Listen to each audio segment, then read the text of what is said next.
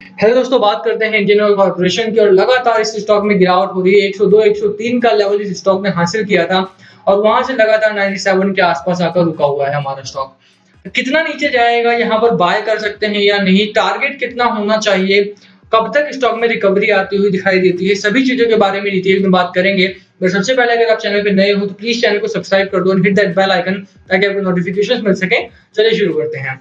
बात करें Indian oil corporation की, यार देखो, स्टॉक हमारा बुरा नहीं है। मैंने पहले भी बोला था इसमें, अभी भी बोलूंगा, अगर आपने बाइंग कर रखी है इस स्टॉक में तो एक बेहतरीन स्टॉक तो है ये, ठीक है। यहाँ पर आपका पैसा बनेगा और उस पर भी अच्छी खबरें आई थी, चाहे वो क्रूड ऑयल प्राइसेस को लेकर के हो, वो सारी खबरों ने भी आईओसी के स्टॉक को काफी ऊपर लेकर जाना चाहिए था। बट चूंकि मार्केट बहुत अनसपोर्टिव हो रखा है इस समय पर, बहुत अनस्टेबलाइज्ड हो रखा है, यही एक वजह बन रही है कि मोस्ट ऑफ द स्टॉक्स में, चाहे वो किसी भी इंडस्ट्री किसी भी सेक्टर में हो, वहां पर गिरावट का माहौल देखने को मिलता है। इस समय पर बहुत कम स्टॉक्स है जहां पर तेजी बनी हुई है। और कल की बाजार को देखें तो 48 स्टॉक्स गिरे थे निफ्टी 50 के हमारे, आज 33 स्टॉक्स गिरे हैं हमारे। तो ओवरऑल जो सिचुएशन है बहुत ज्यादा खराब हो चुकी है इस समय पर। आज का बाजार देखोगे तो आज का बाजार तो फिर भी थोड़ा सा सस्टेन कर रहा था, मार्केट कोशिश कर रहा था अपर साइड में जाने की, हालांकि वो हुआ नहीं। At the end of the day हमारा जो निफ्टी 50 है वो लुढ़क करके 1.5% 1% से नीचे बंद हुआ हमारा, ठीक है। और यही बुरी सिचुएशन है, लगातार 3 दिन गिरावट। आज वायदा बाजार की एक्सपायरी थी, आज भी हमारा बाजार गिरावट में बंद हुआ है। तो ये बहुत ही बेकार सिचुएशन होती जा रही है। तो रीजंस की बात करते हैं सबसे पहले कि इंडियन ऑयल कॉर्पोरेशन में जो स्टॉक है हमारा, उसमें गिरावट हो क्यों रही है। देखिए, सबसे बड़ा जो रीजन है और सबसे एक मोस्ट इंपॉर्टेंट रीजन है वो यही है। आज का आप चार्ट देखोगे इंडियन ऑयल कॉर्पोरेशन का, या फिर अगर आप बात करोगे पहले का भी, तो यहाँ पर चार्ट बहुत ठीक ठाक दिखाई देता है। एक रिकवरी मॉर्निंग में दिखाई दे रही थी कि यहाँ पर रिकवरी हो सकता है आ जाए। गिरावट का माहौल था, जिस तरह से मार्केट में रिकवरी आई थी उस हिसाब से लगा था कि आईओसी भी पिकअप करेगा हमारा। बट मार्केट ने जैसे ही दम तोड़ दिया अपना आते आते, वैसे ही आईओसी ने भी फिर गिरावट का माहौल दिखाया और वहां पर गिरावट हुई भी। इंडियन ऑयल कॉर्पोरेशन में अच्छी खबरें भी है, उनकी भी बात करेंगे हम। बट गिरावट क्यों हो रही है, तो सबसे पहले गिरावट का जो रीजन है हमारा वो यही है कि पूरा स्टॉक मार्केट इस समय पर क्रैश लाइक सिचुएशन में बना हुआ है और उसका जो एक असर है वो हमारा इंडियन ऑयल कॉर्पोरेशन के ऊपर दिखाई देता है, ठीक है। अब अगर स्टॉक मार्केट में गिरावट होती है हमारी तो उसका असर हमें अपने स्टॉक पर दिखाई देगा और उसकी वजह से ही आप देखोगे कि आने वाले समय में यहाँ पर जो इन्वेस्टर्स का इंटरेस्ट है वो भी कहीं ना कहीं कम होता हुआ दिखाई देगा। अप्रैल का महीना, मार्च का महीना, हमारे ये 2 महीने बहुत अच्छे हैं, 2 मंथ्स बहुत अच्छे हैं। इनमें इंडियन ऑयल कॉर्पोरेशन जैसे और भी स्टॉक जो ऑयल एंड गैस सेक्टर से जुड़े हुए हैं उनमें काफी अच्छी खासी तेजी आने की उम्मीद थी। उसके पीछे बड़ी वजह है, उसकी बात करेंगे। बट आप देखिए कि रीजंस में पहले गिरावट क्यों हुई, तो सबसे पहला रीजन है कि स्टॉक मार्केट में गिरावट है, उसको फॉलो करता हुआ ही हमारा आईओसी का स्टॉक डाउनवर्ड गया है। दूसरा रीजन की बात करें, दूसरे रीजन की बात करें तो देखिए एफआईआई डीआईए का डेटा, क्योंकि साल का आखिरी महीना चल रहा है हमारा, मार्च का महीना है, टैक्सेशन का मंथ होता है हमारा ये, इसी वजह से इसमें थोड़ी सी वोलेटिलिटी बढ़ जाती है और यही एक बड़ा कारण है जिसकी वजह से यहाँ पर खरीदारी बहुत कम हो चुकी है। एफआईआई डीआईआई का डेटा भी आप देखोगे तो देखो एफआईआई ने खरीदारी की है, डीआईआई वहां पर लगातार बिकवाली के माहौल में है। हालांकि नेट जो है अभी भी हमारा बायर्स का ये बन रहा है 2 दिनों से लगातार, पर वो भी हमारे मार्केट को सपोर्ट नहीं कर पा रहा है।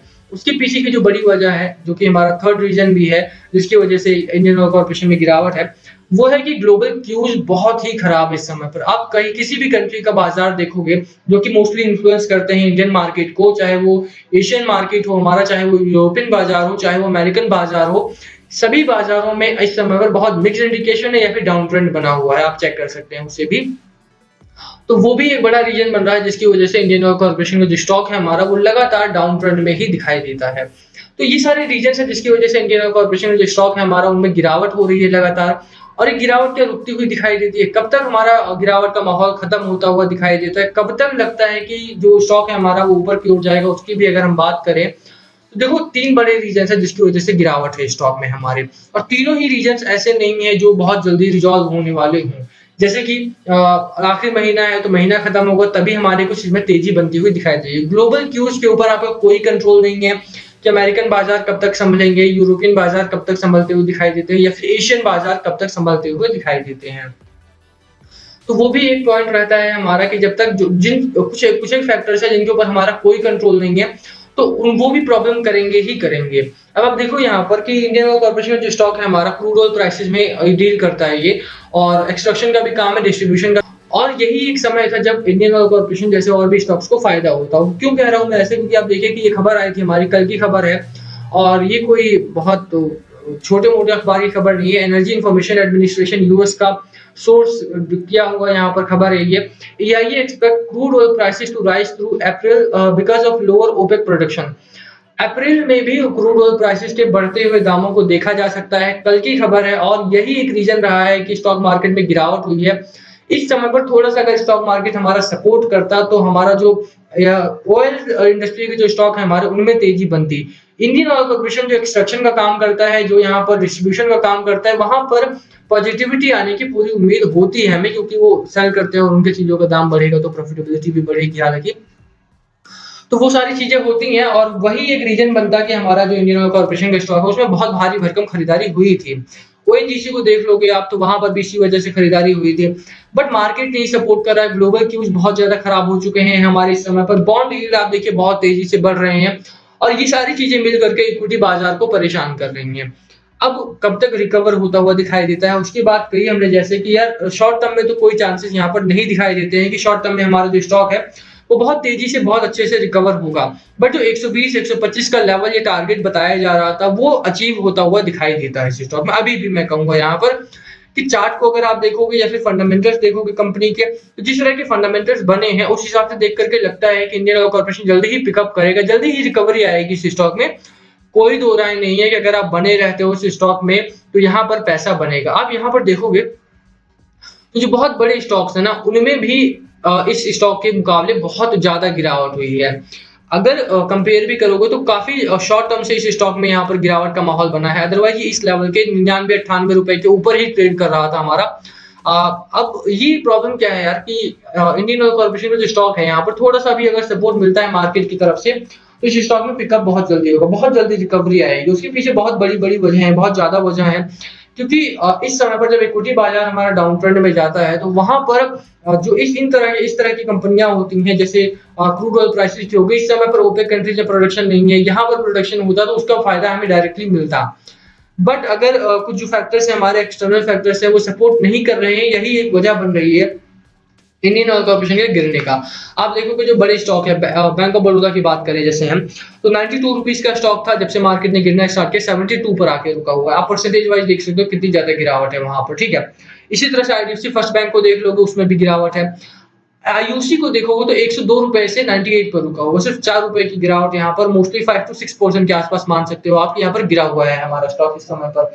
और बाकी स्टॉक्स में कितनी गिरावट है, 10-12%, 15%, 20% के आसपास की गिरावट है। तो compare to other stocks IOC अभी भी स्टैंड अलोन है यहाँ पर बहुत अच्छा मोमेंटम आने के अभी भी बहुत ज्यादा चांसेस स्टॉक में है। तो मेरी राय रहेगी अगर आपने बाय कर रखा है तो बने रहो, बने रहते हो तो अच्छा पैसा आपका आईओसी में बनता हुआ अभी भी यहाँ पर दिखाई देता है, ठीक है। थोड़ा सा लॉन्ग टर्म का टाइम फ्रेम लेकर के चलो, कम से कम 3 महीने 4 महीने कम से कम लेकर के चलोगे तो इस टाइम होराइजन में आपका पैसा बनेगा। अप्रैल के बाद वैसे भी मार्केट में काफी अच्छे उछाल की उम्मीद कर रहे हैं सभी, तो वो आता है उसके बाद ही यहाँ पर अच्छा खासा उछाल भी आएगा और इंडियन ऑयल कॉर्पोरेशन जो स्टॉक है हमारा वो भी तेजी के साथ भागता हुआ दिखाई देगा। होल्ड रेटिंग रहेगी मेरी यहाँ पर। और इसी के साथ वीडियो खत्म करते हैं। लास्ट कॉल आपका होना चाहिए, बाय करना है, सेल करना है या होल्ड करना है, क्या है आपकी स्ट्रेटजी, प्लीज कमेंट करके शेयर करना हमारे साथ। कुछ पूछना तो प्लीज कमेंट करो, हम सभी कमेंट से रिप्लाई करने की कोशिश करेंगे। Thank you for watching, subscribe किए बिना मत जाना। Thank you again, hit that red button या सब्सक्राइब कर दिया करो। Thank you.